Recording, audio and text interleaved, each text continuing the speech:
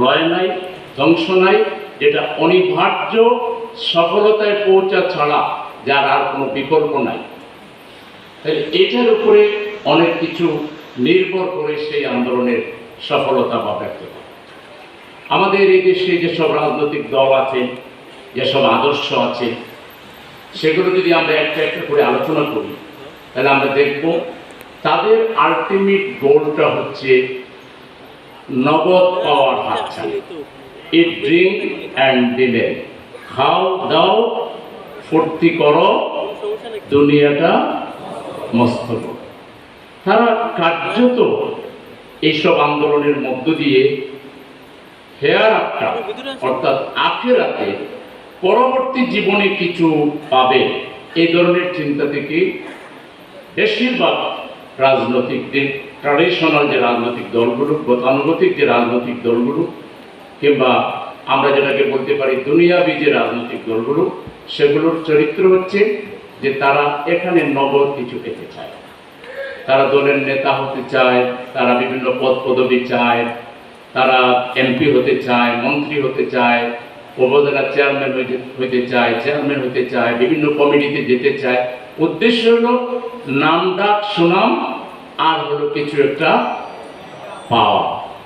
এইসব কারণে তারা যখন কোনো দলের মধ্যে এগুলো বেশি পাওয়া যায়, ওই দলের মধ্যে যোগদানের হিড়িক পড়ে যায়। অর্থাৎ ক্ষমতাসীন দলের প্রতি, যাদের হাতে ক্ষমতা থাকে, যাদের হাতে কর্তৃত্ব থাকে, নেতৃত্ব থাকে, ওই সব দলের প্রতি তাদের যোগ প্রবণতা বেশি থাকে, যেহেতু ওখান থেকে কিছু হালুয়া রুটির বাগ বাটোরা পাওয়া যাবে। এই জন্য এটা একটা টেম্পোরারি বেসিসে এইসব আন্দোলনগুলো কাজ করে সাময়িক লাভের জন্য, দুনিয়াবি লাভের জন্য, সাময়িক সুবিধার জন্য। এইসব দল এই জন্য হঠাৎ করে খুব আগায়ও যায়, আবার হঠাৎ করে দবাস করে পড়ে যায়। এখন না আওয়ামী লীগের অবস্থা, আরে বাবারে, আওয়ামী লীগ কাকে বলে, কত প্রকার কি কি, একেবারে ছোট বাচ্চা থেকে শুরু করে মানে 80 বছরের 90 বছরের বৃদ্ধ বৃদ্ধারা পর্যন্ত বুঝতে পারছে যে আওয়ামী লীগ কি জিনিস, কি চিজ, বাবা কি শক্তি। ঠাই না, এত লোক, এত নেতা, হাইব্রিড নেতায় একেবারে ভরপুর হয়ে গেছিল দলটা। এত রাষ্ট্রীয় ক্ষমতার অপব্যবহার, এত পুলিশ, এত র্যাব, এত বিজিবি, এত নানা বাহিনীর নাম মুখস্থ করাই কঠিন। যাতে বেজাতে অসংখ্য বাহিনী গঠন করিয়া একেবারে মানুষ বলছে ভাই এ দেশে আওয়ামী লীগের নামাইতে পারে। তারাই তো ঘোষণা করছিল 41 সাল। আর আরো কিছু দুর্বল ইমানদার দুর্বল মানুষ বলছেন না, এটা কিয়ামত পর্যন্ত মারা যাবে না। একদিকে তাদের প্রতিবেশী বন্ধু, আর অন্যদিকে তাদের যে জয় জয়কার, বাথরুমের পর্যন্ত নেতাদের ছবি। এমন কোনো জায়গা ছিল না। আর আমার দুঃখ লাগতো, মেঘে রোদে বৃষ্টিতে গরমে নেতাগুলোর ছবি কখনো ভিজতেছে, কখনো মানুষ পায়ের নিচে ফেলে পিষ্ট করতেছে, যা খুশি তাই করতেছে। আর ছবির সমান, মূর্তি আর মূর্তির সমান। তাই কত শক্তিশালী দল। কিন্তু দেখা গেল আসলে ওই যে দুনিয়া তিনবারের অবৈধ পার্লামেন্টে প্রায় 1000-এর উপরে এমপি, কয়েক ডজন মন্ত্রী, কিন্তু একজন এমপিকে মানে কথা বলতে দেখেছেন? কোন একজন মন্ত্রীকে কথা বলতে দেখেছেন যে আমাদেরকে এইভাবে কেন বেঁধে দিলেন বা কি কোনো কিছু বলছে? একটা লোক খুঁজে পাওয়া গেল। উনিও নীরবে চলে গেলেন, কাউকে কিছু কইয়া গেলেন না। আর তারাও উনার আগে অনেকে চলে গেছে, আপনি তাকে নামে গেলাম কালো সালাম, বুঝলেন তো? এইভাবে আরো অনেক পার্টি আমরা দেখেছি। বাবা 9 বছর 10 বছর বিভিন্ন বছর তারা দেশ শাসন করছে। ক্ষমতা ছাড়ার পরে তারা মানে আর কিছুই না, তারা অর্থহীন হয়ে গিয়েছে। এইসব মানে যেগুলো ট্র্যাডিশনাল রাজনৈতিক দল, এইসব দুনিয়াবী রাজনৈতিক দল যেগুলো, এগুলোর চরিত্র এরকমই হয়। খুব জয় জয়কার, আবার হঠাৎ করে ধপাস করে আর খুঁজে পাওয়া যায় না। বিপরীত পক্ষে আপনি দেখেন ইসলামী আদর্শের অনুসারীদের কথা। আপনি জামাত ইসলামীর কথাই চিন্তা করেন। জামাত ইসলামী যে আদর্শ গ্রহণ করেছে সেটি কি? ইসলাম, কালজয়ী আদর্শ, বিশ্বজনীন আদর্শ, মানবতার মুক্তির একমাত্র গ্যারান্টি, সর্বকালের সর্বযুগের সকল মানুষের অনাগত ভবিষ্যতের সকল সমস্যার সমাধান সম্বলিত ভারসাম্যপূর্ণ, ইনসাফপূর্ণ, ডাইনামিক, প্রগতিশীল এবং মানুষের মুক্তির একমাত্র গ্যারান্টি আল ইসলাম, যেটা আমাদের মহান প্রভু আল্লাহ নির্ধারণ করেছে। ইসলাম এই নামটা কে নির্ধারণ করেছে? ইসলাম এই আদর্শটা কে দিয়েছে?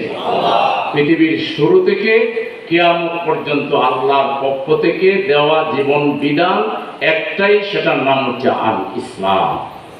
ঠিক না? পৃথিবীতে যত নবী, প্রথম নবী, প্রথম মানুষ আমাদের পিতা হযরত আদম আলাইহিস সালাম থেকে শুরু করে শেষ নবী মুহাম্মদুর রাসূলুল্লাহ সাল্লাল্লাহু আলাইহি সাল্লাম পর্যন্ত আল্লাহ তাআলা নবী এবং রাসূলদের কাছে যে বিধান দিয়েছেন, সেই বিধানের নাম সর্বকালে সর্বযুগে একটাই ছিল, সেটা হচ্ছে আল ইসলাম। ইন্নাদ দীনা ইনদাল্লাহ। এই ইসলাম ছাড়া অন্য কোনো আদর্শ, অন্য কোনো মতবাদ, অন্য কোনো চিন্তাধারা কোনো মুসলমানের ইমানের মধ্যে, আকীদার মধ্যে, চরিত্রের মধ্যে স্থান পেতে পারে না। কারণ এটা আল্লাহ নির্ধারণ করে দিয়েছে। ইসলাম নামটা কে নির্ধারণ করছেন? আল্লাহ। মুসলমান নামটা কে নির্ধারণ করেছেন? আল্লাহ। ইসলাম আর মুসলমান এটা কার উপহার? কার দেওয়া উপহার? আল্লাহর দেওয়া উপহার। ওয়াজাহিদু ফিল্লাহি হাক্কা জিহাদি ওয়া জাতাবাকুম ওয়া জাআলা আলাইকুম ফিদ-দীনি মিন হারাজ মিল্লাতা আবিকুম ইব্রাহিম হুয়া সাম্মাকুমুল মুসলিমিন। তোমাদের মিল্লাতের পিতা হচ্ছেন ইব্রাহিম আলাইহিস সালাম। আমাদের জাতির পিতা কে?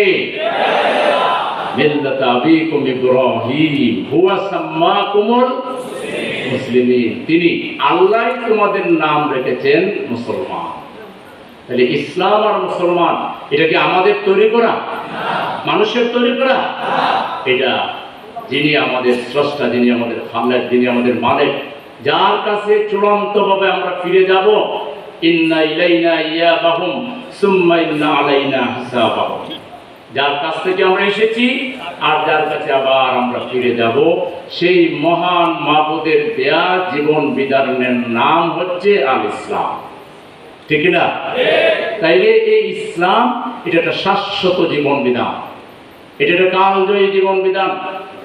এটাই একমাত্র অপরিবর্তিত, যেখানে কোনো মানুষ এটার ব্যাখ্যা দিতে পারবে হাজারো, এটাকে গবেষণা করে নতুন নতুন পথ উদ্ভাবন করতে পারবে, কিন্তু এটার মৌলিক যে বক্তব্য, মূল যে আল্লাহর পক্ষ থেকে যে বিধান, এই বিধানের মধ্যে কেউ কোনোদিন কোনো পরিবর্তন আনতে পারবে না, আর পারার দরকারও হবে না। এটা এমনভাবে সাজানো হয়েছে যে পৃথিবীর যে সময় যে সমস্যায় আসুক না কোনো, সেই সমস্যার সমাধান দেওয়ার মতো পর্যাপ্ত উপাদান, পর্যাপ্ত ব্যবস্থা ইসলামের মধ্যে আছে। এটা শক্তিশালী আদর্শ। যুগের হাওয়ায়, দলের পরিবর্তনে, উত্থান পতনে এটার কোনো পরিবর্তন হবে না। পৃথিবী যতদিন থাকবে ইসলামও ততদিন থাকবে। দুনিয়া যতদিন আছে ইসলামও ততদিন আছে।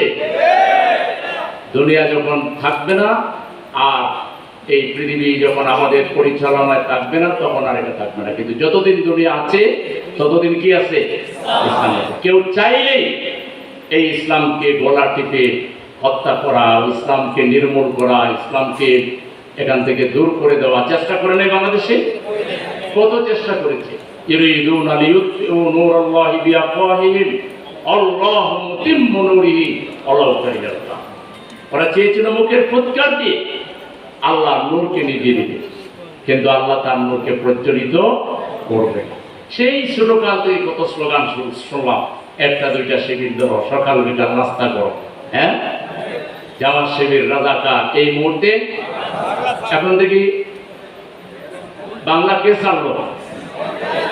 যেই নেত্রীর তত্ত্বাবধানে, যেই নেত্রীর আস্ফালনে, যেই নেত্রীর উচ্ছৃঙ্খল এবং বিশৃঙ্খল এবং সন্ত্রাসী রাজনীতির কারণে বাংলাদেশের এই মাটি কলঙ্কিত হয়েছে, বাংলাদেশের রাজনীতি কলঙ্কিত হয়েছে, বাংলাদেশ কলঙ্কিত হয়েছে। বাংলাদেশ পৃথিবীর মানচিত্রে একটি জঙ্গি রাষ্ট্রের তকমার দিকে যেতে যাওয়া শুরু করেছিল যেই নেত্রীর কারণে, সেই পালাইয়া দাদার বাড়িতে চলে গেছে। এইসব স্লোগান যারা দেয় তারা এটা বুঝে দেয় না। আর যদি বুঝে দিয়ে থাকে, এদের মতো ইডিয়ট, এদের মতো সন্ত্রাসী, এদের মতো মানে দুশ্চরিত্রবান আর কেউ হইতে পারে না। একটা দল আর একটা দলকে উৎখাতের কথা বলে, এটা কি কোনো গণতন্ত্র হলো? এটা কি কোনো রাজনীতি হলো? এটা হলো একটা অপরাজনীতি, এটা একটা অপকৌশল, জাতিকে ভয় দেখানোর জন্য এবং বিভ্রান্ত করার জন্য ক্যাম্পাসগুলোতে, বিভিন্ন জায়গায়, অলিতে গলিতে, রাজপথে তারা এইসব স্লোগান দিয়ে সন্ত্রাসী রাজনীতি বাংলাদেশে কায়েম করেছিল। 18 কোটি মানুষ এক হয়ে তাদের এই রাজনীতিকে প্রত্যাখ্যান করেছে, ডাস্টবিনে নিক্ষিপ্ত করেছে। এই রাজনীতি বাংলার মাটিতে আর কেউ করতে পারবেন না। 18 কোটি মানুষ প্রতিরোধ গড়ে তোলে। সন্ত্রাসী রাজনীতি, উৎখাতের রাজনীতি, রক্ত খাওয়ার রাজনীতি, এই ধরনের রাজনীতি, স্লোগান, দল উপদল বিভাজনের রাজনীতি, পক্ষ বিপক্ষের রাজনীতি, তথাকথিত ফ্যাসিবাদের স্বরূপের রাজনীতি, ফ্যাসিবাদের যে এক্সটেনশন, এখনো যারা এগুলো করবেন তারা হবেন ফ্যাসিবাদের দালাল, তারা ফ্যাসিবাদের চর। বাংলার মাটিতে এখন ইসলাম অনিবার্য বাস্তবতা। ইসলামকে বাদ দিয়ে বাংলাদেশের রাজনীতি, বাংলাদেশের সমাজনীতি, বাংলাদেশের অর্থনীতি, বাংলাদেশের সামগ্রিক কোনো কিছুই ইসলাম বাদ দিয়ে এখানে চলবে না। এখানে আযান থাকবে, এখানে মসজিদ থাকবে, এখানে মাদ্রাসা থাকবে, এখানে টুপি থাকবে, এখানে দাড়ি থাকবে, এখানে কোরআন থাকবে, কিয়ামত পর্যন্ত থাকবে। এই কোরআন বদলাবার জন্য, কোরআনের বিপরীতে গিয়ে রাজনীতি করে, আতেল মার্কা রাজনীতি, জগা খিচুড়ির রাজনীতি, তন্ত্রমন্ত্রের রাজনীতি দিয়ে এদেশের 18 কোটি মুসলমান, 18 কোটি মুসলমান না হলো সিংহভাগ মুসলমানের এই দেশে ইসলামের বিরুদ্ধে, কোরআনের বিরুদ্ধে, আযানের বিরুদ্ধে, ধর্মের বিরুদ্ধে, চরিত্রের বিরুদ্ধে, নৈতিকতার বিরুদ্ধে কথা বলে অন্য রাজনীতির বাবা পাবেন, এই দিন বাংলাদেশে গত হয়ে গেছে। এই দিন পাস। এখানে রাজনীতি করলে সবার আগে আল্লাহর অস্তিত্বকে মানতে হবে। তাওহীদকে স্বীকার না করে, তাওহীদকে অস্বীকার করে, রাসালাতকে অস্বীকার করে, আল্লাহর যে জীবন বিধানকে অস্বীকার করে আপনি এখানে রাজনীতি করবেন, আর আপনি বাবা পাবেন, আপনি ভোট পাবেন, আপনি নেতা হবেন, এটা কল্পনার সাগরে আপনি বাঁচতে থাকেন। বাংলার রাজনীতিতে এটা আর চলবেন না। এখানে সবার আগে আল্লাহকে মানতে হবে, রাসূলকে মানতে হবে, দ্বীনকে মানতে হবে, ইসলামকে মানতে হবে। তাহলে ইসলাম, আমরা জামাত ইসলাম